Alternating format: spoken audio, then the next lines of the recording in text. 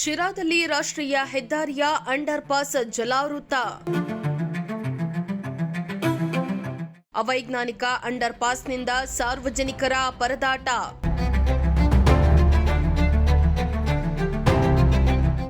ಜಾಜಮ್ಮನಕಟ್ಟೆಯ ಅಭಿವೃದ್ಧಿ ಹೆಸರಲ್ಲಿ ಹಣ ಲೂಟಿ ಆರೋಪ.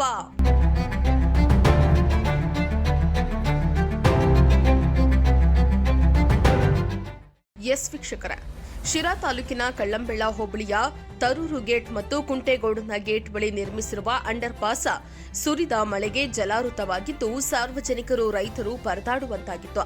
ಸ್ಥಳಕ್ಕೆ ದೆಹಲಿ ವಿಶೇಷ ಪ್ರತಿನಿಧಿ ಮತ್ತು ಶಾಸಕ ಡಾ ಟಿಬಿ ಜಯಚಂದ್ರ ಭೇಟಿಯನ್ನ ನೀಡಿ ಪರಿಶೀಲನೆಯನ್ನ ನಡೆಸಿದ್ರು. ಇನ್ನು ಇದೇ ಸಂದರ್ಭದಲ್ಲಿ ಅಧಿಕಾರಿಗಳ ಜೊತೆ ಶಿರಾ ನಗರದ ಜಾಜಮ್ಮನಕಟ್ಟೆ ಪುನಶ್ಚೇತನ, ಭೂಮಿ ಅತಿಕ್ರಮಣ ಹಾಗೂ ಕಳೆಗಳ ತೆರವು, ಒಳಚರಂಡಿ ನೀರು ಕೆರೆಗೆ ಸೇರದಂತೆ ಕ್ರಮ ಕೈಗೊಳ್ಳುವ ವಿಚಾರವನ್ನ ಚರ್ಚಿಸಿದ್ರು.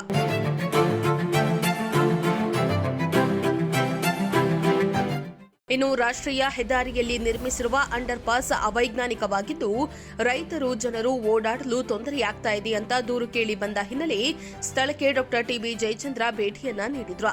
ಅಂಡರ್ ಪಾಸ್ ನೀರಿನಿಂದ ಜಲಾವೃತವಾದದನ್ನ ಕಂಡು ಅಧಿಕಾರಿಗಳ ವಿರುದ್ಧ ಕಿಡಿಕಾರಿದ್ರು. ಕೂಡಲೇ ಅಂಡರ್ ಪಾಸ್ ಸರಿಪಡಿಸಿ ಸಾರ್ವಜನಿಕರ ಓಡಾಟಕ್ಕೆ ಅನುಕೂಲ ಮಾಡಿಕೊಡಬೇಕೆಂದು ಸೂಚನೆಯನ್ನ ನೀಡಿದ್ದಾರೆ. ಈ ವೇಳೆ ರಾಷ್ಟ್ರೀಯ ಹೆದ್ದಾರಿ ಅಭಿವೃದ್ಧಿ ಪ್ರಾಧಿಕಾರದ ಅಧಿಕಾರಿಗಳು ಸಾಥ್ ನೀಡಿದ್ರು.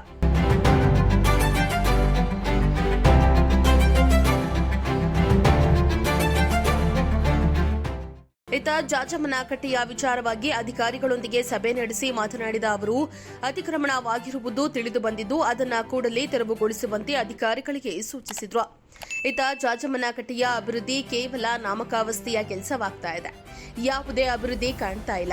ಕೆರೆಯ ಅಚ್ಚುಕಟ್ಟಿನ ಹೆಸರಿನಲ್ಲಿ ಹಣ ಲೂಟಿ ಮಾಡಲು ಕೆಲಸ ನಡೀತಾ ಇದೆ ಎಂದು ಸಾರ್ವಜನಿಕರು ಆಕ್ರೋಶವನ್ನ ವ್ಯಕ್ತಪಡಿಸಿದ್ದಾರೆ.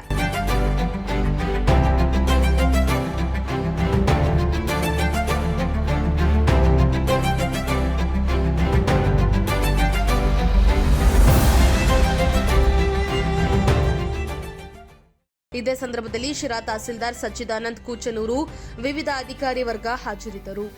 ಶ್ರೀಮಂತ ಪ್ರಜಾಶಕ್ತಿ ಟಿವಿ, ಶಿರಾ.